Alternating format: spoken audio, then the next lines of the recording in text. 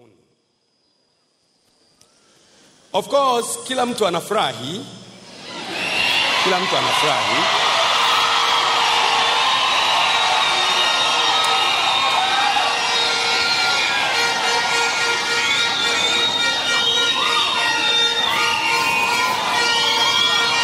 Maana hapo sawa angalau. Maana sasa ni saa ya kufungulia mbwa wang'ate mtu, si ndio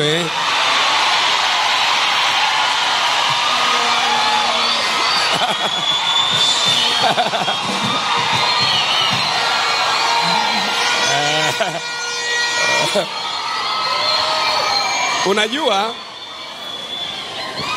safari hii sisi Ufufuo na Uzima hatujachokoza mtu.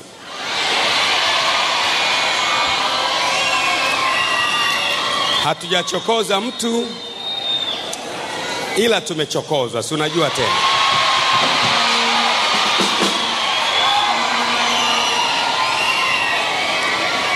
Lakini pia nataka ujue kwamba hii sauti ningependa ipungue hapa madhabahuni. Reduce, punguza tu, watu watasikia tu. Najua mko excited, lakini punguza tu sauti. Fanya ile ya siku zote, madhabahuni hapa ipungue. Asante sana. Kwa hiyo, asante, sauti hiyo iko sawa sasa.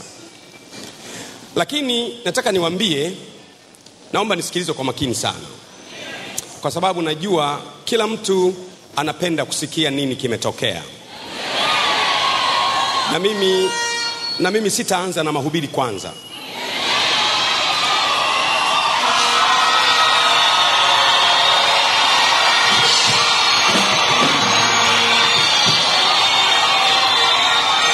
Sasa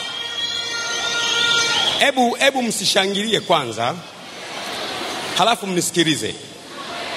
Sitaanza na mahubiri kwanza, lakini nitaanza na kuwafafanulia nini kimetokea.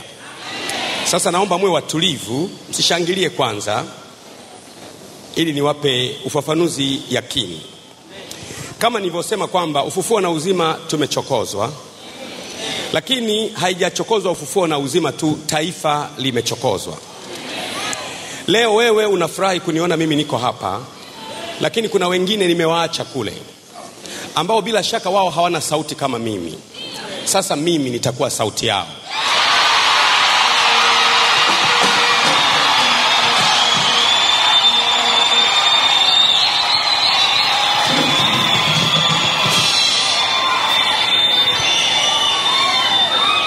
Sasa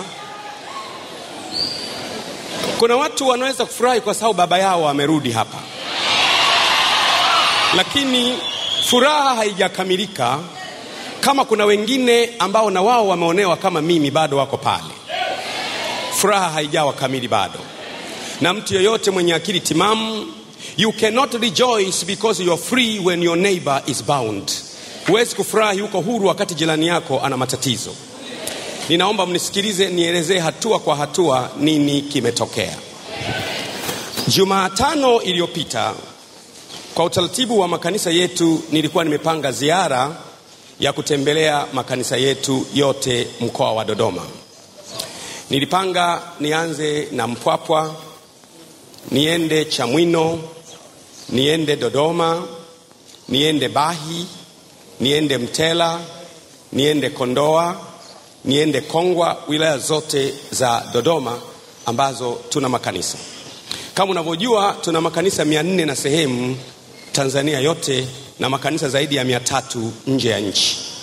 Niliamua nifanye ziara hiyo kwa helikopta ili kunirahisishia kazi, kwamba naweza kuondoka Dar es Salaam Jumatano nikatembelea mkoa wote, baadaye nikarudi nikiwa sijachoka sana.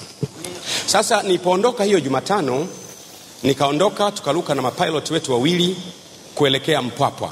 Tulianzia Mpwapwa, tukafika Mpwapwa pale, tukatua. Of course tulipotua tukapokelewa na watu wengi sana pale. Baada ya kupokelewa nilikuwa sifanyi mkutano wowote. Lengo langu ni kuwatembelea wachungaji wangu, niwaone wako salama na familia zao na kanisa. Nikatua pale, nikaenda moja kwa moja mpaka kanisani, nikaenda nyumbani kwa mchungaji, nikawasalimia. Nikaondoka dakika kama 40 hivi, nikaondoka. Sasa ninaelekea tena kwenda Chamwino. Nilipokuwa juu ya helikopta nikasikia sasa tangazo, bwana kule Dar es Salaam Makonda kakutaja. Najua kwenye helikopta yetu unaweza kusikia matangazo. Nikamwambia pilot, ili zege hii iende vizuri, badala ya kuelekea kwenda Dodoma, tukatue Dodoma, tujaze mafuta, turudi Dar es Salaam. Kwa sababu kama mtu amekutaja, halafu mimi naelekea kule mikoani nafanya shughuli za Mungu, watu hawataelewa. Unaweza ukafika mahala fulani ukaangukia kwenye mikono ya mtu mjinga asiyeelewa, akakutendea vibaya kwa sababu amesikia mtu fulani amekutaja. Kwa hiyo nikachukua maamuzi ya kufuta safari.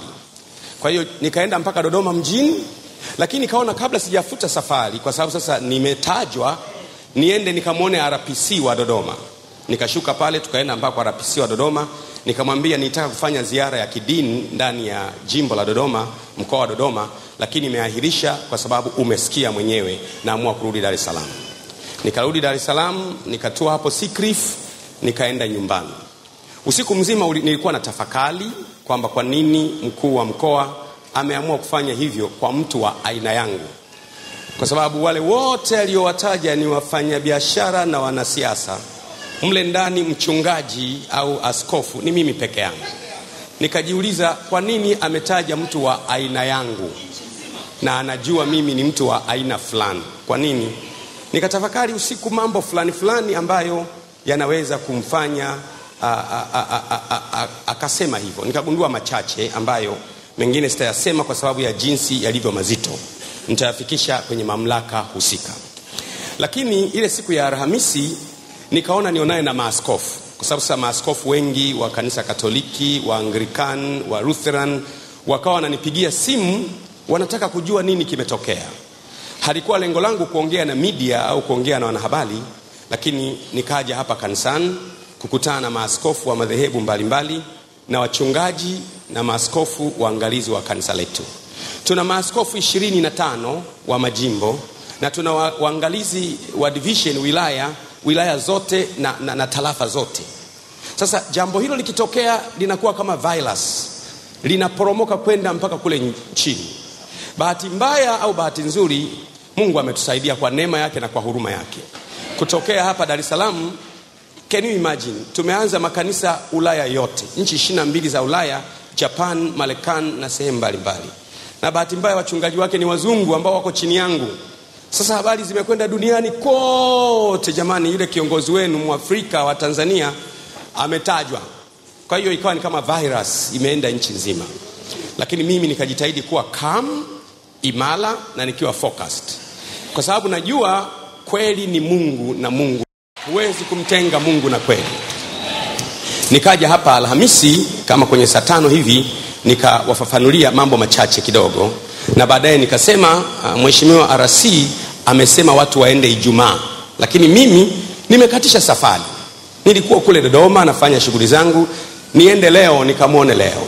Baada ya kumaliza kuongea na nyinyi hapa, nikaondoka moja kwa moja mpaka Central Police. Nataka sasa niwaelezee nini kilitokea nilipokwenda Central Police. Nitawaelezea moja baada ya jingine. Kuna yale mambo ya ndani sana, nitayaelezea kwa juu ili niweke akiba zingine kwa ajili ya siku za usoni. Lakini nisikilize kwa makini sana. Baadaye nikaenda moja kwa moja mpaka kwa Kamanda Siro. Bahati nzuri nikamkuta Yusuf Manji ambaye naye alikuwa ametajwa, amefika pale. Sijawahi kufahamiana na yeye, simfahamu kabisa, sijawahi kukutana na yeye kwa sababu hakuna mahali mimi na yeye tunaweza kukutana. Mimi ni mchungaji, yeye ni mfanyabiashara. Wewe ndio askofu? Ndiyo ni mimi. Wewe ndio Manji? Ndiyo ni mimi. Na kuona wewe kwenye Yanga na kusikia na wewe namna hiyo. Sema basi tukamuona Siro akatuambia, bwana kama ulivyosikia ndio hivyo. Nikamwelezea mimi Siro mambo machache ambayo nataka nikuelezee wewe. Mimi kwenye kweli hunitoi. Nikamwelezea Kamanda Siro mambo machache kamanda ambayo ni vizuri kujua kwamba kuna hatari iko mbele. Kama utaniruhusu niongee kwa uhuru, nikatumia maneno haya, kama utaniruhusu niongee kwa uhuru, kuna hatari iko mbele. Nikamwambia jaribu kufikiria wewe siku ile mnakabidhi mitambo ya TANESCO. Waziri mkuu alikuwepo ambaye ndiyo mkuu wa shughuli za serikali. Mkuu wa mkoa akasema shisha ilikuwa imeondoka Dar es Salaam. lakini na mkoti mkuu wa mkoa, lakini nimepita kule nimesikia shisha imerudi tena. Nilipowauliza wale wauza shisha, wakasema wameruhusiwa na waziri mkuu. Anamwambia waziri mkuu. Kwa maneno mengine, mimi namwambia Siro, kwa maneno mengine huyu alisema kwamba waziri mkuu ambaye ndio mkuu wa shughuli za serikali ndiye ameruhusu shisha. Kwa maneno mengine, shisha imeruhusiwa na serikali kwa mujibu wa Makonda. Kamwambia Mheshimiwa Siro, maneno haya ni hatari sana.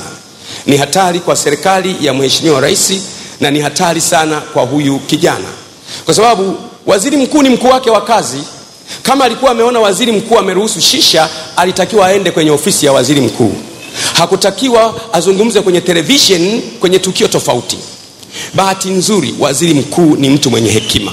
Hebu tumpigie makofi waziri mkuu. Mimi namwadimaya sana waziri mkuu. Waziri mkuu akareact akasema, pamoja na kwamba Mheshimiwa RC umechomeka mambo yako humo ndani, lakini wewe lazima usikilize maelekezo. Nikaanza kuwaza, namwambia Siro, unaona huyu mtu anamtuhumu waziri mkuu kwamba ameruhusu shisha. Waziri mkuu ndio mkuu wa shughuli za serikali, maana yake anatuhumu serikali bila kujua. Nikamwambia cha pili, Mheshimiwa Siro, huyu bwana akasema hawa wafanyabiashara wa shisha wanatoa milioni 5. Bila shaka hizi milioni 5 zimekwenda pia kwa Siro. Akakwambia wewe Siro, akasema milioni 5 zimekuja pia kwako. Jambo hili ni hatari kwa sababu analisema kwenye television, wakati mkuu wa mkoa ndio mwenyekiti wa baraza la ulinzi na usalama la mkoa, na kamanda Siro ndio katibu wake, yani wanakaa pamoja kwenye baraza la ulinzi na usalama la mkoa. Mwenyekiti ni mkuu wa mkoa, katibu ni kamanda Siro. Sasa ikiwa ni kweli kwamba mkuu wa mkoa alikuwa anamtuhumu kamanda Siro amepokea hizo fedha, kwa nini asimwambie kwenye baraza la wao? Kwa nini asimwambie kwenye baraza hilo, amwambie kwenye media? Kwa nini? Nikamwambia Siro, kwa nini asikwambie kwenye lile baraza lenu kwamba nakusikia katibu wangu wewe ndiye unaongoza? Kwa nini akwambia kwenye media? Nikamwambia dhumuni la Mheshimiwa mkuu wa mkoa sio kushindana madawa ya kulevya. Dhumuni lake ni kuharibu baadhi ya majina ya watu kwa sababu ya lengo analolijua yeye mwenyewe. Nikamwambia kamanda Siro, mimi nimekwambia hayo, sitaki uyapokee uyakubali, lakini mimi nimekwambia hayo. Tuendelee sasa na ulichoniitia. Bahati nzuri akasema kwamba sasa kwa kweli mambo haya lazima tufuatilie. Nikasema mimi nitawapa ushirikiano wote mnaotaka ili kusudi swala hili lijulikane. Kwa hiyo akasema wewe na Manji tunakwenda kuwapima kwa mkemia mkuu, mkapimwe. Nikasema mimi niko tayari. Na mimi ndani yangu kwenye kupima, hata ukiona pombe, hata ukiona sigara, andika umeona madawa ya kulevya.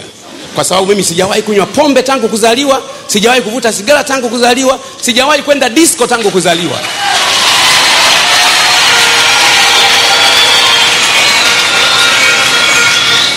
Bahati mbaya labda wangesema wasaidizi wangu ambao wamepita kwenye mambo mengi, lakini sijapita kwenye mambo mengi. Nimezaliwa kijijini, nikiwa nimemaliza darasa la 7 nikaugua miaka 6, nikapona, nikaenda shuleni mchungaji. Sijawahi kwenda disco, sijawahi kuonja pombe ama ya kienyeji, ama sio kunywa, kuonja. Sijawahi kuvuta sigara ama ya kienyeji, sijawahi.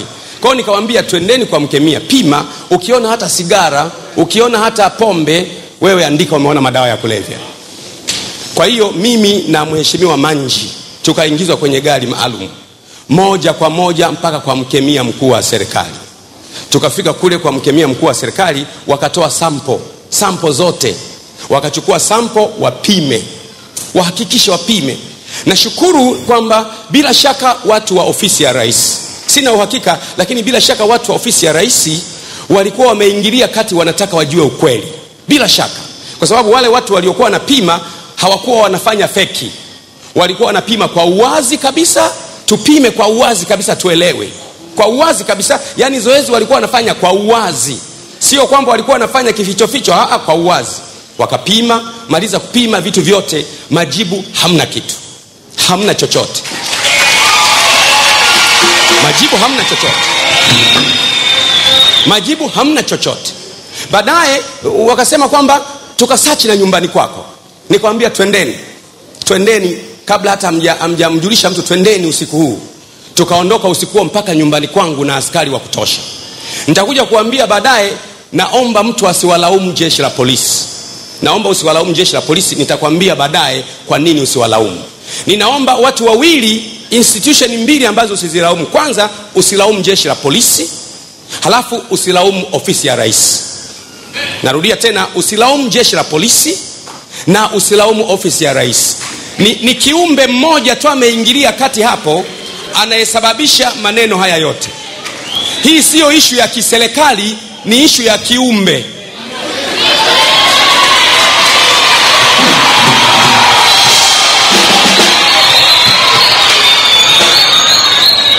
Narudia tena, kuna mambo mawili ambayo usilaumu. Usilaumu utendaji kazi wa mheshimiwa rais wala ofisi ya rais, hawahusiki na hili. Usilaumu jeshi la polisi, nitakuelezea baadaye kwa nini usilaumu, hawahusiki na hili. Isipokuwa tu kuna shughuli za kiumbe mmoja kwa makusudi yake, ama kwa kujua ama kwa kutokujua, ama kwa uchanga ama kwa idiots, ama kwa sababu fulani fulani ambazo anazijua yeye mwenyewe. Usilaumu. Ninaomba niendelee baada ya kukuweka sawa hapo. Mwambie mwenzako, usilaumu ofisi ya rais wala usilaumu jeshi la polisi, ila yule kiumbe.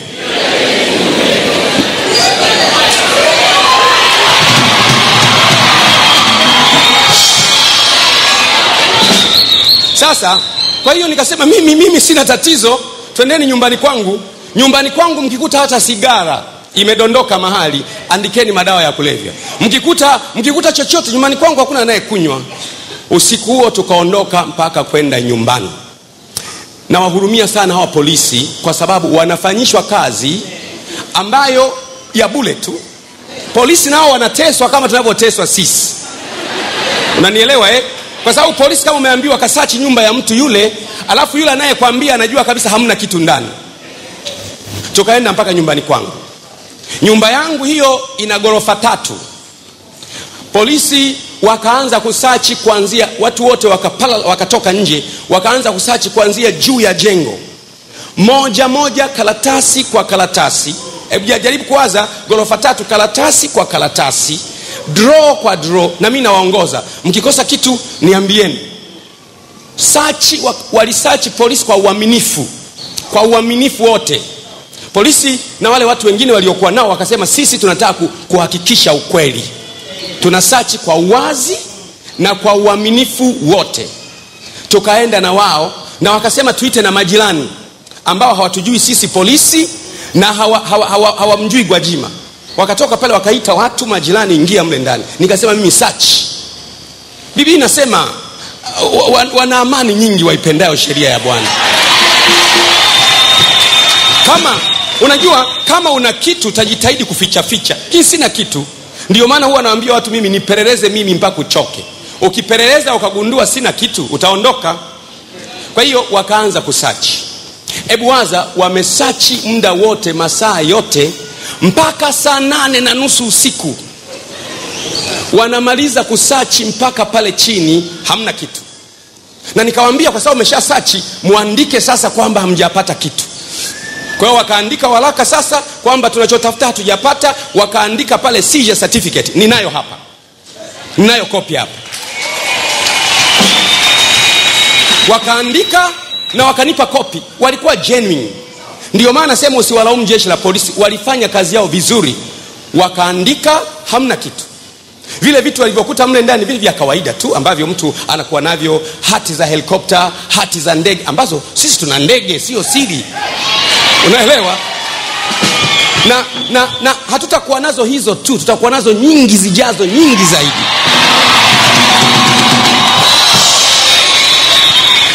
Na tutasaidia watu wengine wanaotaka kusoma shule ya ndege. Watasoma. Kama nilivyosema, kumpeleka rubani mmoja ni fedha nyingi sana. Mimi nimepeleka, nimewalipia. Mtu sio ndugu yangu, nampeleka ili asome, awe instructor, baadaye tufungue chuo cha watu kujifunza kuendesha. Samahani kwa nitakao wagusa. Marubani wengi hapa ni Wahindi, Waarabu ndio marubani. Kwa nini? Watoto wetu wa kawaida hawawezi kuafford kulipa milioni 200 ya rubani. Kwa hiyo unakuta wale marubani au wanaofanya kwenye aviation ni wale ambao baba yake alikuwa rubani, au Mhindi au Mwarabu au nani. Lakini Wajaruo wenzetu hawawezi kuafford. Mimi nikasema nataka tulete ndege, tuanze kufundisha chuo, tufike level baadaye ya chuo kikuu, tufundishe watu kuruka, ziwepo ndege Tanzania, tukomboe nchi yetu. Rais amesema kwamba sasa hivi anaingia kwenye viwanda, tumsaidie mheshimiwa rais. Na hii nia mimi ninayo, na hakuna wa kunizuia, kwa sababu ni nia ya Mungu na itakuwa kama inavyotakiwa kuwa. Unaona? Kwa hiyo wakasechi mpaka mwisho, hawakupata chochote. Kutoka pale sasa ikabidi turudi sasa. Kumbuka nimetoka hapa, tumeachana hapa saa 6, tukarudi mpaka tena polisi makao makuu usiku. Tumefika polisi makao makuu kuanza tena mahojiano mbali kwamba labda Gwajima una hela nyingi sana. Mimi nikasema nendeni kwenye akaunti zote. Akaunti ya kwangu kama Gwajima, hii hapa na hii hapa na hii hapa, piteni zote mkague. Hela hizo mnazoziona ni nyingi kiasi hicho, je, ni nyingi kiasi cha kuzidi activities za Gwajima au ni kiasi gani? Lakini nikawa nawaambia kwa mfano, mimi ni daktari wa philosophy. Mimi sio kama wale.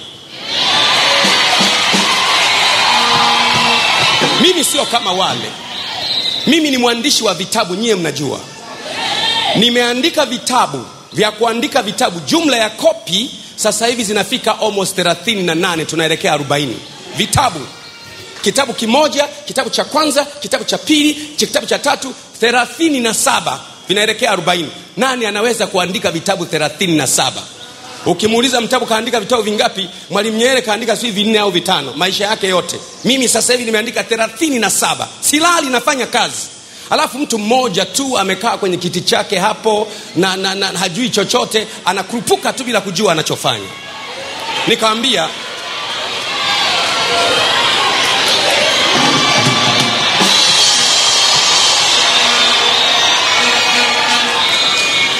vitabu vyenyewe vyote viko hapa. Nyinyi mnajua. Kitabu kimoja kwa mfano, jinsi ya kufufua wafu, kina peji kama 150 160 hivi. Vitabu hivyo kimoja kinauzwa shilingi 10,000 kimoja. Sasa kwa kawaida nikiprinti huwa na print vitabu 200,000. Hebu jaribu kwanza, kama kitabu kimoja kinauzwa 10,000, halafu nimeprint vitabu 2,000, vikiuzwa vyote 2,000, ile kopi moja ni milioni 20. Unaniona, ni milioni 20. Stoko tu tulionayo ya vitabu ikiuzwa sasa hivi, ikiuzwa kesho, iliyopo ni milioni 700 na sehemu. Iliyopo yani ikiuzwa kesho. Na wanunuaji wa vitabu ni Tanzania nzima. Sasa mimi utaniulizaje napata wapi fedha? Utaniulizaje? Mbali na kuwa mimi ni lecturer, natembea nalipwa hela. Mbali na kwamba nina marafiki wa ufufuo na uzima hapa.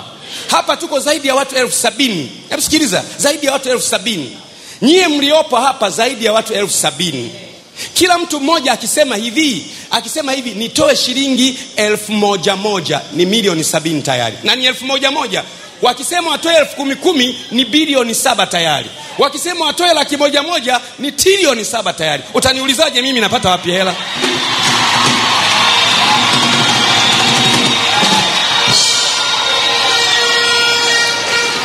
Nakupa hizo kama assumption. Yaani nakupa kama mawazo ili apate mtu wazo.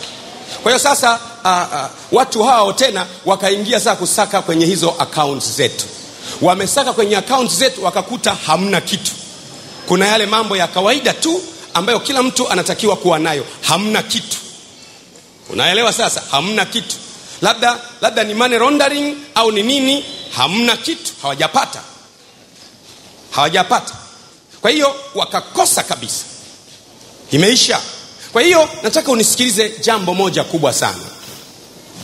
Baada ya kuwa sasa imekosekana, madawa hayapo, nyumbani hakuna, kwenye vipimo vyao hamna, sasa nini kinachofuata? Ulishasema tayari kwamba Gwajima ni mmoja wa wale watu. Kinachofuata ni nini? Utafanyaje? Utazungukaje nchi nzima na dunia yote kuambia kwamba nimekosea hakuwa yeye? Utafanyaje? Lile jina la Gwajima ambalo nimelijenga kwa miaka 29 mfululizo kwa machozi na tabu, utalioshaje? Utafanyaje?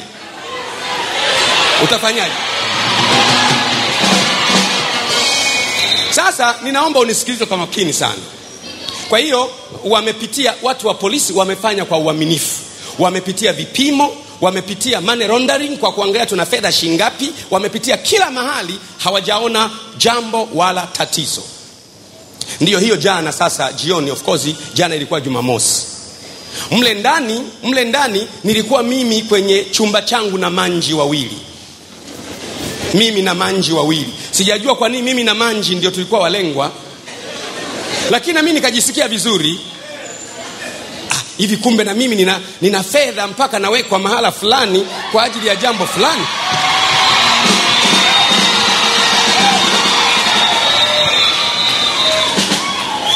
Lakini nataka nikwambie jambo moja. Mle ndani siku ya kwanza wakaja wengine, wote wenzangu walikuwa Waarabu na Wahindi. Wote. Mle ndani kwenye chumba chetu wako watu 8 wale matop wafanya biashara top. Mmoja Yusuf Manji, ambaye Yusuf Manji kampuni zake ana kampuni zaidi ya 23. Halafu ameajiri watu zaidi ya 5,000. Sasa mtu wa namna hiyo, sitaki nimtetee, lakini mtu wa namna hiyo ambaye ana kampuni kama hizo zote, ameajiri wa Tanzania zaidi ya 5,000 kupitia makampuni yake. Watu wanakula. Mtu wa namna hiyo, sitaki niseme kwamba anauza au hauzi, lakini mtu wa namna hiyo umeshindwaje mtu kama huyo kumpelekea summons, kumuita? Ni kiongozi wa Yanga, wa society ambayo ni kubwa sana ya wananchi. Badala ya watu kwenda mitaani na kufanya uhalifu, wanapojihusisha na michezo watu wanatulia. Umeshindwaje mtu wa namna hiyo anayetengeneza ajira ya watu 5,000 Tanzania kumpelekea tu summons? Njoo tukuhoji, ikigundulika tukuchukulie hatua. Lakini kwa sababu yule mtu hakuwa na nia sawa, mkuu wa mkoa hakuwa na nia nzuri hata juu ya Manji, hakuwa na nia nzuri. Mimi nimesema hivi, watu wengine hawawezi wakasema, lakini mimi sasa nitakuwa mtetezi wa kila mtu, awe Muislamu, awe Mkristo, awe Buddha, awe Baniani. Nitasema wengine wote wale walikuwa ni Waarabu na wote ni Waislamu. Nilikuwemo mimi tu Mkristo peke yangu, wote ni Waarabu na wote Waislamu. Mmoja ni mkurugenzi mkuu na mmiliki wa petrol stations za GBP, na mwingine ni Mwarabu mmoja na yeye ni mnunuzi wa dhahabu, na mwingine ni mmiliki wa GBP. Wote matajiri wale, ambao wote wale angalau mimi basi nimeenda kupimwa, wenyewe wamebebwa mzobe wako pale mpaka leo. Kwa nini? Makonda hawapendi, hawana mtetezi, hawana mtu wa kuwazungumzia. Mimi sisemi hawafanyi, lakini kwa nini na wao wasipelekwa kupigwa kama nilivyopelekwa mimi? Kwa nini na wao wasipelekwa kusachiwa kama nilivyosachiwa mimi? Kwa nini na wao kweli usigundulike mapema wakatoka pale walipo? Shida iko wapi? Tatizo liko wapi? Hawa watu wa Tanzania ambao wana haki ya kuwa huru katika taifa lao huru, wana haki ya kutetewa na rais waliomchagua wenyewe, kwa nini waanze kuteseka kwa sababu ambazo zinaweza kuzuilika? Kwa hiyo wamo mle, nimewaacha mle. Bahati mbaya sana nikasikitishwa sana na shehe wa mkoa wa Dar es Salaam. Ile siku ya tarehe 9 akasema kwamba unajua biashara ya madawa ya kulevya ni kubwa sana, kwa hiyo mkuu wa mkoa lazima apewe ulinzi na hivi na hivi. Nikasema moyoni mwangu umechemka shehe wangu. Kwa nini madawa ya kulevya mimi nashindana nayo? Mimi pekee ndio askofu hapa Dar es Salaam niliamua kutrain polisi jamii pale kae watu 400 na kitu, na kamanda Silo akaja kufunga mafunzo. Mimi ndio nimepambana practically. Lakini wewe shehe unawaona kabisa watu ni kweli wanakamatwa. Mimi sikatai, lakini kwa sababu mtu ana nia mbaya, kama mimi nilikuwa sina, unaaminije wale na wao wanayo? Kama mimi na mimi nilikamatwa kama wao, nimegundulika sina, sikuwa nayo, naaminije wale wanayo? Naaminije wale hawaonewi? Sisemi kila mtu anaonewa, lakini lazima hatua zifuatwe. Nikasema mimi wale wote Waislamu wale, lakini kamsikia shehe wa mkoa anasema mheshimiwa mkuu wa mkoa apewe ulinzi kwa sababu vita ya madawa ya kulevya ni kubwa. Nasema shehe, hawa Waislamu wenzako hawana mtetezi, wewe ndio kiongozi wao. Badala ya kuwatetea, sio kwamba uwatetee hawana madawa, uwatetee kwamba taratibu za kuwakamata, taratibu za kuwatangaza zifuatwe. Isiwe ni hovyo namna hiyo. Wewe unalala na huyo swahiba wako mkuu wa mkoa kwa ajili ya kuumiza watu. Amekupa nini? Mmekula nini naye? Mna mpango gani naye? Nikamshangaa. Nikasema kiongozi wa dini naye kachemka. Badala ya simaanishi kwamba vita ya madawa ya kulevya isitishwe. Hapana. Iendelee kuwepo. lakini taratibu zifuatwe, kwa sababu tayari unapomtangaza mtu dunia nzima inajua. Sasa umegundua hamna. Ndio maana mimi siku ya Alhamisi hapa nikasema, kama utagundua sina, utafanyaje? What are you going to do? Kwa hiyo hawa watu wote wana problems na wana matatizo makubwa. Kwa hiyo wamiliki wa petrol station hawa na wafanyabiashara wakubwa hawa Waarabu, mimi nilikuwa peke yangu. Na sasa utajuaje na wao hawajaonewa? Utajuaje na wao wamesingiziwa? Lakini pia jambo lingine, tulipokuwa sisi hapo tumewekwa, pembeni petu kuna mapolisi na wao kwa kusakiziwa na makonda vile vile, na wao wamekamatwa, wamewekwa mle ndani. Wengi wana familia zao. Polisi hao nao waona hawa, na wao makonda hawapendi kwa sababu za kwake binafsi, wamewekwa ndani mle, wanalia. Wao ni polisi, ni sehemu ya serikali, hawana mtetezi, hawawezi wakalalamika, wamejikunyata mahali hapo, hawana msaada. Hata wao nawasemea, nasema hivi, Mheshimiwa Rais, mimi nakata rufaa kwako kwa niaba ya hawa mapolisi ambao nao wamewekwa ndani. Wiki ya pili sasa hivi imeundwa tume na makonda eti ya kuwachunguza wa mapolisi. Wewe kesi ya ngedere, alafu nyani ndio aunde tume hii, itakuwaje? Narudia tena, kesi ya ngedere inahusu mahindi, alafu nyani ndio aunde tume. Nyani atasema kwamba bwana, huyu mtu aliyeibiwa mahindi apewe mbegu ili apande mahindi tuje tule tena baadaye. Unaona, hawa polisi wamo ndani maskini. Mheshimiwa Rais, mimi nakuomba, kama ambavyo mimi nilikuwa nimeathirika kwa sababu ya matamshi ya makonda, kuna polisi wao hawawezi wakasema. Wakisema wao itaonekana uasi, kwa sababu ni polisi, wanatakiwa watii mamlaka. Wamo wiki ya pili sasa hivi kwa sababu ya maneno ya makonda. Kama mimi imekuwa sio, unaaminije hao polisi ndio? Unaaminije wao ni ndio? Wamo mle ndani na familia zao na watoto wao na shughuli zao zimekwama, na wamesimamishwa kazi sasa hivi kupisha uchunguzi. Mimi nataka kusema kwamba ndio maana nikasema mtu asilaumu jeshi la polisi, kwa sababu polisi na wao pia wamekuwa victim wa hiyo kitu, wa huyo kiumbe, na wao wamekuwa victim vile vile, wanahangaika na wanateseka. Jambo lingine ambalo ni la muhimu kweli, watu hawa sasa kwa sasa hivi wanamwogopa makonda, kwa sababu kila mtu akifurukuta wanaambiwa nyamaza, utatajwa. Ndio maana unasikia waziri wa mambo ya ndani hawezi kuongea, unasikia DCI hawezi kuongea, unasikia hawezi kuongea. Kwa nini? Kwa sababu ya makonda syndrome. Maana yake amefanikiwa kuparalyze machinery zingine. Simaanishi kwamba issue ya madawa ya kulevya isiendelee. Nampongeza Mheshimiwa Rais, angalau ameamua kuteua mkurugenzi husika. Hebu tumpigie makofi Mheshimiwa Rais. Usifikiri Mheshimiwa Rais haoni. Bahati nzuri tuna rais ambaye akiona anachukua hatua. Na ndio maana mimi sina wasiwasi. Watu wataniuliza, unampeleka mahakamani makonda? Mimi nasema nikimpeleka mahakamani makonda, kwa sababu makonda ni mteule wa rais, mimi nitakuwa nimepeleka mahakamani serikali ya rais.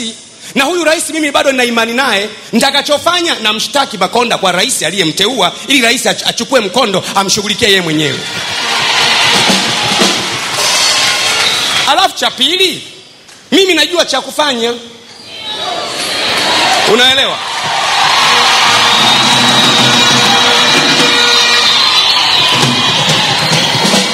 Mimi najua cha kufanya.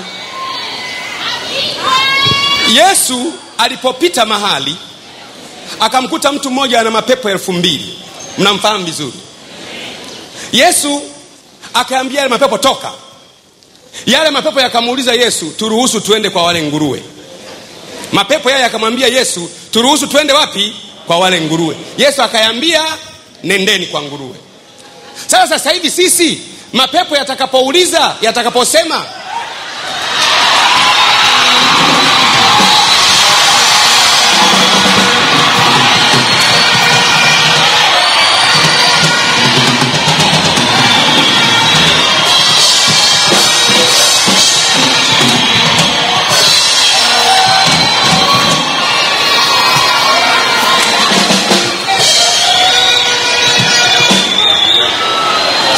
Nisikilize bwana. Mapepo yatakapouliza, yatakaposema tunaomba tuwaingie nguruwe hao, usiyaruhusu. Yaambie hivi, kuna mahali pazuri pa kuingia kuliko nguruwe.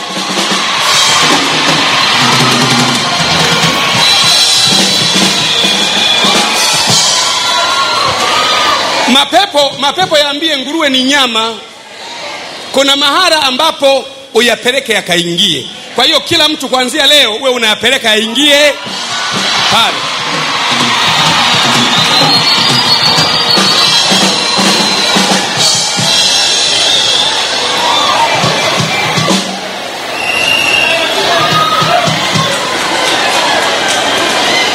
Kwa hiyo mapepo yale yakikwambia, yawe ni Makata au Subiani au Maimuna au nini, yakikuuliza twende wapi, yaambie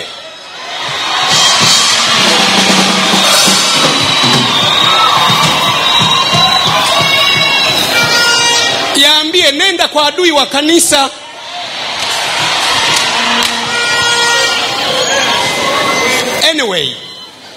Anyway, kwa hiyo kwa ufupi nina ushauri wa mambo kadha wa kadha. Kwa hiyo nasema jeshi la polisi wamo ndani mle, ambao na wao vile vile wamesingiziwa tu. Yaani ni mtu kasema, kwa kawaida, hebu nikwambie kwa mfano wewe, kila mwenye akili ajue. Kwa mfano, niseme kwa mfano. Isiwe sasa vijana wote ambao wana nafasi ya kuteuliwa kwenye nafasi hawaaminiwi tena kwa sababu ya kijana mmoja. Mheshimiwa Rais, usiache kuamini vijana. Huyo aliyeharibu ameharibu yeye na akili yake na mbinu zake na mambo yake. Lakini kuna vijana wengine katika taifa hili ambao ni wazuri, wanaweza kufanya vizuri. Jambo la tatu, Mheshimiwa Rais, ninakuomba sana. Kuna wale watu wengine ambao nilikuwa nao, ambao ni wafanya biashara na ni watu ambao nao wamekamatwa kama mimi nilivyokamatwa, wametangazwa kama mimi nilivyotangazwa, na bado nimewaacha ndani. Nilitoka pale mimi tu na mtu mwingine na watu wawili wengine nimewaacha pale ndani. Mheshimiwa Rais, naomba uangalie macho ya watu hao kwa huruma. Inawezekana na wao ni kama mimi, basi na wao wapeleke wakapimwe kama nilivyopimwa mimi. Na wao kama wamekosa, basi wapeleke mahakamani badala ya kukaa kwenye giza chini kule. Mheshimiwa Rais, nakuomba, hawa ni watu wako, wameonewa na mtu aliye chini yako. Mimi kwa niaba yao ninakata rufaa kwako. Naomba uwahurumie, naomba ufuatilie kwa makini sana na wao watoke pale. Na kama kweli wamefanya, uchunguzi ufanyike, wapelekwe mahakamani na sheria ichukue mkondo wake. Naomba sana. Jambo lingine, kama nilivyosema, nawaombea hao polisi. Kwa sababu wao ni sehemu ya serikali, hawezi kulalamika. Naombea hao polisi waangalie kwa macho ya huruma. Kwamba huyu aliyenisingizia mimi na imeonekana sio, ndio huyo aliyewasingizia polisi. Je, haiwezi kuwa na wao sio?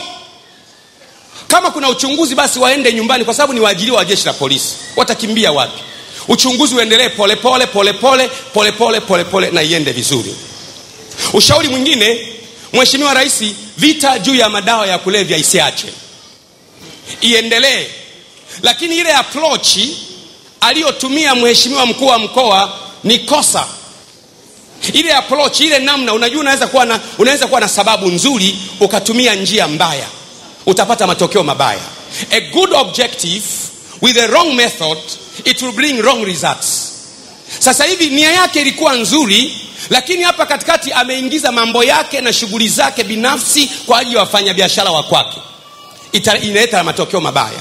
Kwa hiyo vita juu ya madawa ya kulevya iendelee, lakini njia hii iliyotumiwa na mkuu wa mkoa ni wrong. Hebu waza, kama alivyotutaja sisi wa Dar es Salaam, wakuu wa mikoa wote, mikoa 25, kila mtu kule mkoani ataje watu. Kila mtu kule mkoani ataje watu wote watajwe. Kwa kutajwa tu, nani atabaki? Yaani chuki dhidi ya rais na serikali yake itakuwa kubwa kwa sababu ya watu wasiotumia walichopewa na Mungu vizuri. Kwa hiyo, na ndio maana nimesema mtu yoyote wa kwetu au wa kwangu, niongee na maaskofu wote wa makanisa yote, usiwe na chuki juu ya Mheshimiwa Rais kwa sababu ya jambo langu. Ni kwa sababu aliyefanya si Mheshimiwa Rais. Rais alipokuwa anasema na support madawa ya kulevya, hakuwa anamaanisha kwamba anza kuwatangaza watu na kuwaharibia majina. Ni akili zake tu huyu dogo.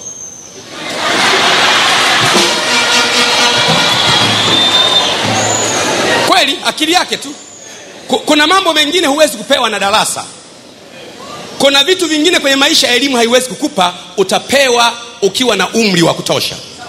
Kuna mambo mengine utapewa kwa kusikiliza, lakini kuna mambo mengine ni tatizo la mtu.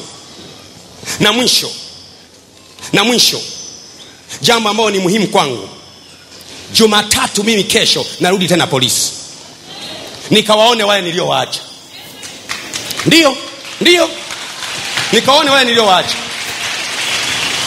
Jumatatu kesho mimi nakwenda tena, saa 3 nitakwenda nikawaone wale niliowaacha. Nimegundua Mheshimiwa Rais anahitaji msaada wangu.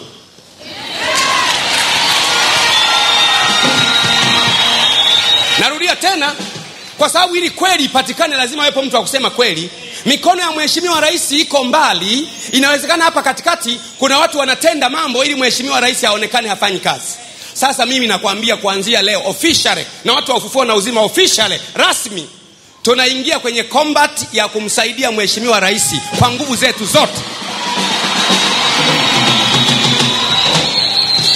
Kila mahali, mtu yeyote, mahala popote, ukigundua kuna jambo la uongo linafanywa na kiongozi aliye chini ya serikali hapa, nijulishe mimi.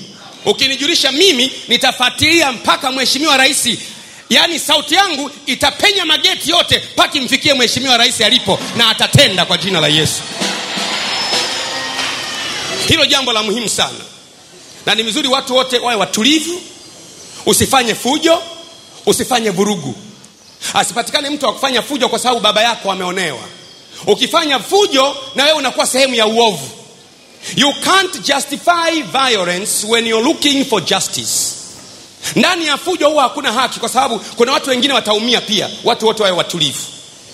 Ofisi ya Rais na watu wa Rais wanafuatilia jambo hili kwa makini na kwa uhakika. Nilikwambia mimi kwamba hata kabla Gwajima hajatajwa au fulani hajatajwa, Rais ana vyombo, ana instruments zenye uwezo wa kujua vitu vyote. Anajua vyote. Kama ni feki anajua ni feki, lakini kwa sababu ni mtu mzima anatulia tu kwanza angalie huyu anafanya kwa makusudi gani. Ndivyo ilivyo. Kwa hiyo wale usiwe na wasiwasi. Hakuna haki ya mwenye haki itakayopotea, lakini kila muovu atakufa kwa uovu wake mwenyewe, na kila atendaye haki ataishi. Kwa hiyo mimi nitarudi tena Jumatatu saa 3 kamili. Nitarudi Jumatatu saa 3 kamili niwaone, na walioacha niwaambie, bwana certificate yangu hii hapa, sina kitu. Na watu wote kwa pamoja na kwa umoja tumsaidie Mheshimiwa Rais. Unaweza kuona mimi kwa nini siongei kwa uchungu. Nimetangazwa Tanzania nzima, najua ni saa ya kupigana sasa. Najua ile saa ya kukomboa nchi yetu dhidi ya waovu ndio imefika sasa. Lakini safari hii tutafanya kuikomboa nchi yetu kwa kutumia mkono wa Mheshimiwa Rais. Kwa sababu Rais wetu anasema, akizungumza amezungumza. Rais wetu ni kumsaidia apate ukweli. Tumsaidieni apate nini? Ukweli. Na tusimame naye. Jambo la mwisho, Makonda kama ataendelea kuwa mkuu wa mkoa, mimi sikubali.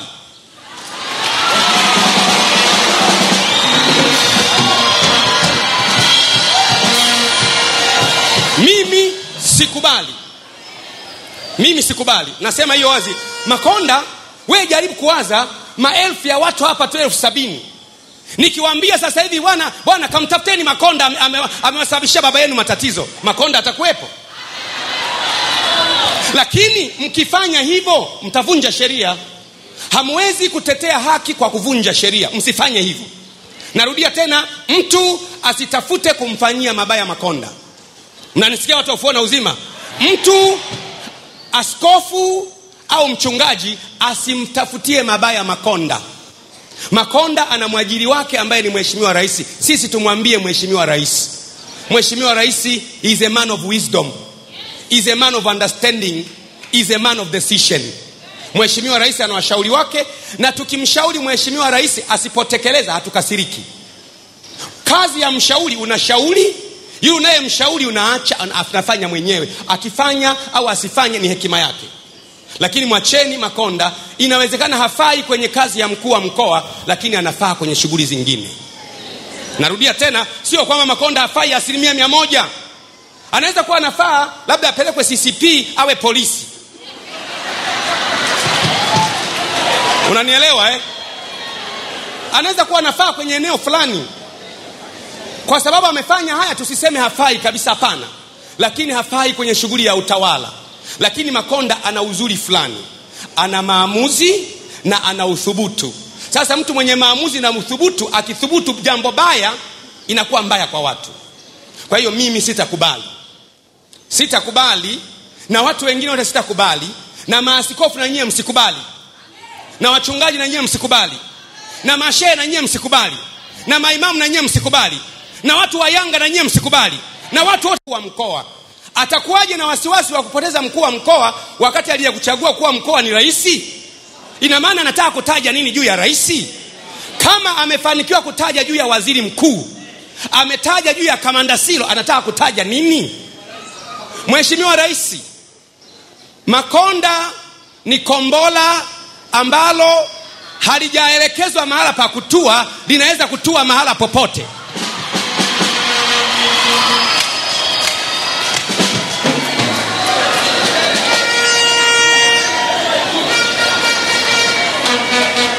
Kwa Kiingereza ningesema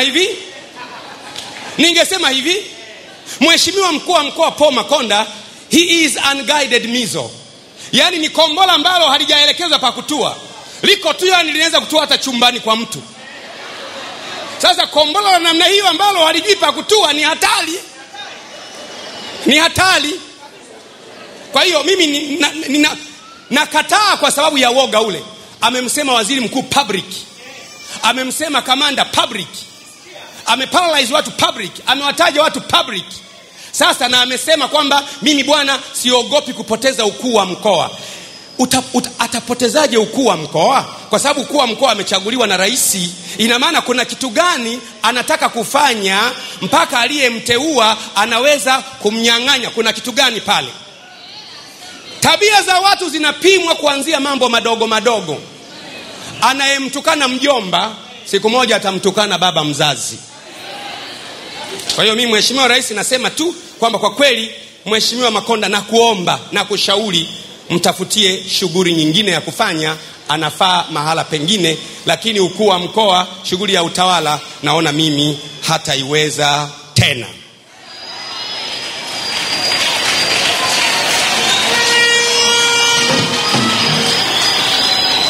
Sasa baba, tufanyeje? Tumesingiziwa hivyo. Baba, tufanyeje? Dunia nzima inajua sasa tuko hivyo. Kwanza ujue hatujachokoza mtu. Kwanza ujue yametukuta tukiwa tumekaa tumelala. Alafu mtu kakurupuka from nowhere. Tusifanye kitu. Tuwe watulivu. Tusije tukaharibu taifa. Taifa hili tunalipenda, linatubeba wote. Mambo haya yaliyosemwa haya, Mungu ni mwaminifu. Kama ni kweli tunahitaji kujitetea, tufanye hivi, lakini kama si kweli, relax. Tulia. Injili ya Yesu Kristo ilianzia msalabani. Yesu Kristo mwenyewe alisingiziwa, akapelekwa mpaka mahakamani kwa Pilato. Wakasema asulubiwe, akapigwa, akatemewa na mate, akasulubiwa mpaka wakamuua, na sio kumuua tu, wakamfukia. Ukifukia kweli, siku itakapofufuka haifi tena. Kwa hiyo mimi nimeamua kuanzia leo nitamsaidia Mheshimiwa Rais kwa nguvu zangu zote. Nanisikia zote. Umenielewa Tamsaidia Mheshimiwa Rais kwa nguvu zangu zote. Kwa nguvu zangu zote. Na watu wote wajue hivyo. Ninarudia tena. Nimesema kuhusu mkuu wa mkoa, mimi sikubali. Nataka hilo lifafanuliwe vizuri. Watu wasije wakapeleka ujumbe mbaya. Sikubali. Kwa maana hii, huyo ambaye mimi amenitangaza nina dawa. Huyo ambaye mimi amenisema kwenye media nina dawa, afu kaprove sina. Leo huyo tena ataniita mimi kwake, nataka nikuone, nitamwaminije? Unanielewa sasa? Nitamwaminije ambaye amekutangaza? Makonda ana namba yangu ya simu. Makonda huwa namtumia message. Simu yangu nikikuonyesha kuna message za Makonda, namtumia na wasia naye. Huyo ambaye hakuniambia mimi nikaonana na yeye kwenye simu, ametangaza niharibikiwe jina, na aliyoyatangaza yamegundulika kuwa uongo, kesho akiniita niende. Unaelewa eh? Hiyo ndiyo sababu nasema mimi simkubali. Unanisikia eh? Simaanishi kwamba mamlaka aliyopewa na rais ya kuwa mkuu wa mkoa ni batili. Mamlaka ambayo amepewa na rais ya kuwa mkuu wa mkoa ni mamlaka sahihi, ila ameitumia vibaya. Na kwa sababu hiyo yeye kama yeye sio mamlaka yake, mimi simkubali.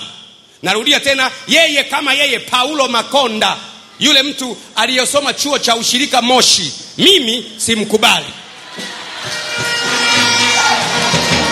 Simkubali. Wangapi wanakumbuka Paul Makonda alipokuja kanisani kwetu? Mikono juu. Weka mikono yako juu. Kama alijua ufufuo na uzima tunauza, mbona hakutuambia siku hiyo? Tukampa microphone akaongea, akazungumza, akamaliza. Imekuwaje leo? Kwa hiyo mimi nataka nimalizie hapo. Lakini sasa mimi nimeamua kulivalia njuga swala kumsaidia mheshimiwa rais. Kwa hiyo utaniona kila sehemu nipo. Kila sehemu nipo kutetea watu. Iwe ni kwenye television, iwe ni kwenye gazeti, iwe ni mahala popote, kutetea watu ili kazi ya mheshimiwa rais iwe rahisi. Na bahati mbaya sina cheo cha kiserikali, lakini light ningekipata cheo cha kiserikali, ningetengeneza watu waongo ndani ya system ya rais. Lakini nina cheo cha serikali ya mbinguni ya Yesu Kristo, ambayo ni kubwa kuliko serikali za duniani. Hivi unajua mheshimiwa rais ni mtumishi wa Mungu kama sisi. Biblia inasema hivi, heshimuni mamlaka zote zilizowekwa na Mungu, kwa sababu hakuna mamlaka iliyopo isipokuwa imetoka kwa nini? Kwa Mungu. Maana yake mheshimiwa rais na utawala wake umetoka kwa nani? Kwa Mungu. Mimi nikimsaidia kwa nguvu zangu zote, nafanya kazi ya Mungu. Na kuanzia sasa hivi silali tena sisinzii tena nikimsikia tu mtu anapotosha mambo ya mheshimiwa rais, na mkongota pale na saa hiyo. Ninaomba sasa niishie hapo kwa haya mambo ya kiumbe huyo. Nishie neno la uzima. Watu wote waseme amen. Watu wote waseme amen. Jamani, mmenielewa eh? Wangapi wanaahidi tutamsaidia mheshimiwa rais? Punga mikono juu na useme amen. Hebu naomba tupige. Mheshimiwa rais na watu wake na timu yake wamelifuatilia jambo hili kuthibitisha ukweli. Naomba tusimame kwa nguvu zetu zote, tumpigie makofi mheshimiwa rais, tumpongeze kwa kuondoa giza lililokuwepo.